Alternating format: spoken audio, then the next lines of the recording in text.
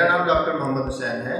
मैं assistant professor के तौर पर लाहौर के सर्विसेज हॉस्पिटल में pulmonology and critical care and sleep medicine department में काम कर रहा हूँ।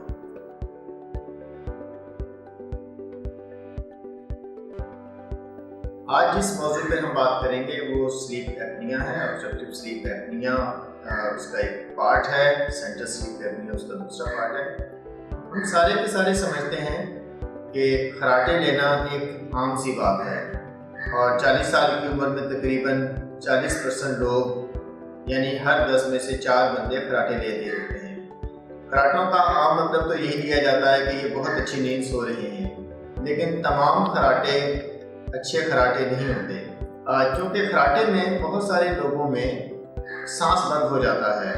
जितना गोश्त गर्दन में है उतना ही गोश्त अंदर मौजूद होता है, जुबान मोटी होती है या तालू मोटा होता है। इसकी वजह से रात को सोते हुए लोगों का सांस बंद हो जाता है और जब वो सांस बंद होता है तो एक सिग्नल ब्रेन की तरफ जाता है और वो ब्रेन को अलर्ट कर देता है, जिसकी वजह से क्लाउडी स्लीप होती है।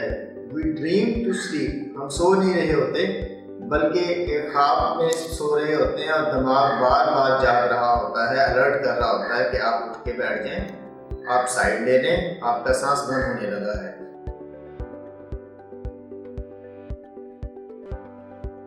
इन खराटों की वजह से जिस शख्स को ये प्रॉब्लम होती है अगले दिन वो सर दर्द हो सकता है, उसकी एक्टिव और अलर्टनेस कम हो जाती है, वो लोगों के दरमियान में सो सकता है या जब कोई उससे बातचीत ना कर रहा हो वहाँ पे सो सकता है, थकावट का एहसास होगा, गाड़ी चलाते हुए सो सकता है। ये तो इसके आम असरात हैं। आने वाले टाइम में क्योंकि जब सांस बंद होता है तो उससे ऑक्सीजन की कमी हो जाती है। ये ऑक्सीजन की कमी दिल के ऊपर असर डालती है, ब्लड प्रेशर को बढ़ाती है, शुगर को अनकंट्रोल कर सकती है, पल्मोनरी हाइपरटेंशन कर सकती है और मोटापे का बायस भी बनती है।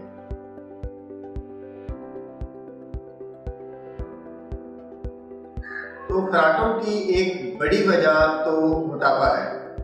खराटे क्यों हो जाते हैं? इसकी एक बड़ी वजह तो मोटापा है कि जब पूरी जिस्म में चर्बी ज़्यादा होगी, मोटापा होगा। इसी तरह सांस की नाली के इर्द गिर्द जो गोश्त पाया जाता है या सॉफ्ट टिश्यू पाया जाता है वो भी मोटा हो जाता है, सांस को बंद कर सकता है। कुछ लोगों में टॉन्सिल्स बड़े हुए होते हैं, कुछ लोगों की जुबान मोटी होती है, कुछ लोगों का जो ये हड्डी है ये छोटी होती है या स्ट्रक्चर ऐसा बन जाता है कुदरती तौर पर जिससे सांस में रुकावट आ जाती है। तो ये वजूहात हैं उसकी, फिर भी मोटापा सबसे बड़ी वजह है।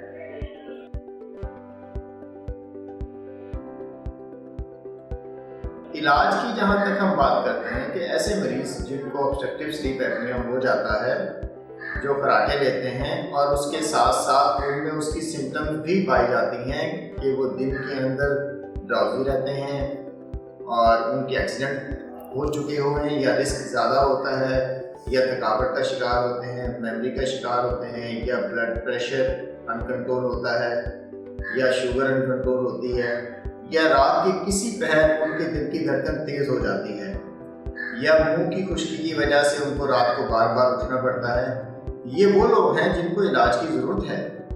ये इलाज आसान भी हो सकता है। सबसे पहला इलाज तो यही है कि वज़न कम करें, एक्सरसाइज करें ताकि जिस्म में गोश्त की मिकदार कम हो और अंदर सांस के इर्द गिर्द भी गोश्त की मिकदार कम हो। खराटे कम हो सकते हैं, ऑब्स्ट्रक्टिव स्लीप एपनिया बेहतर हो सकता है।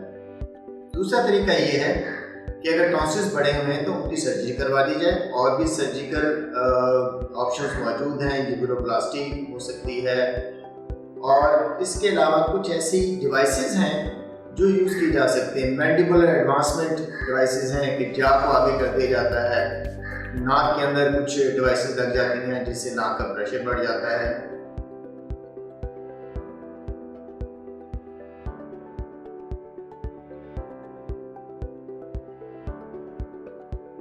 और इसके बाद वो लोग जो इससे बेहतर ना हो उनके अंदर स्लीप स्टडी मैंडेटरी है कि स्लीप स्टडी की जाए, चेक किया जाए कि कितनी दफ़ा उनका सांस बंद होता है, वो ऑब्स्ट्रक्शन का पार्ट ज़्यादा है या ब्रेन की वजह से ये पार्ट ज़्यादा है।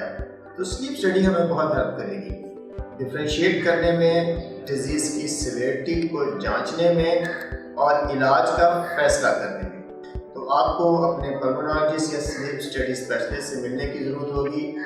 वो एक बेहतरीन इलाज आपके लिए मुख्तस कर सकते हैं। CPAP, BiPAP, ऑटो CPAP या इस तरह की चीज़ों को एडवाइस कर सकते हैं।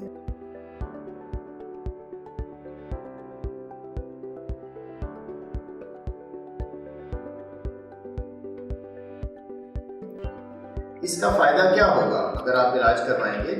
खराटों को तो हम नॉर्मल लेते हैं, तो अगर खराटे किसी और को तंग नहीं कर रहे तो हो सकता है कि वो नॉर्मली हों। लेकिन अगर ये खराटे ज़्यादा सख्त हैं या ज़्यादा तंग करने वाले हैं तो ये आपके दिल का साइज़ बढ़ा सकते हैं, आपको किसी हादसे का शिकार कर सकते हैं। सोते सोते में दिल की धड़कन की बेतरतीबी का बाइस बन सकते हैं। तो स्लीप एपनिया एक काबिल इलाज मर्ज़ है जिसकी वजह से आप बहुत सारी कॉम्प्लिकेशन से बच सकते हैं और ज़िंदगी में बेहतरी आ सकती है। वो चीज़ें जिनको आप ज़िंदगी का हिस्सा समझते हैं कि थकावट हो गई है, कमज़ोरी है, मैं मोटा हूँ, मैं चल नहीं सकता, या ये मेरी ज़िंदगी का हिस्सा है कि मैं बैठे बैठे गमगीनी में चला जाता हूँ, खराटे लेना शुरू कर देता हूँ, मैं बहुत पुरसकून नहीं सोता हूँ। ये पुरसकून नींद नहीं है, ये आपके ऑब्स्ट्रक्टिव स्लीप एपनिया है।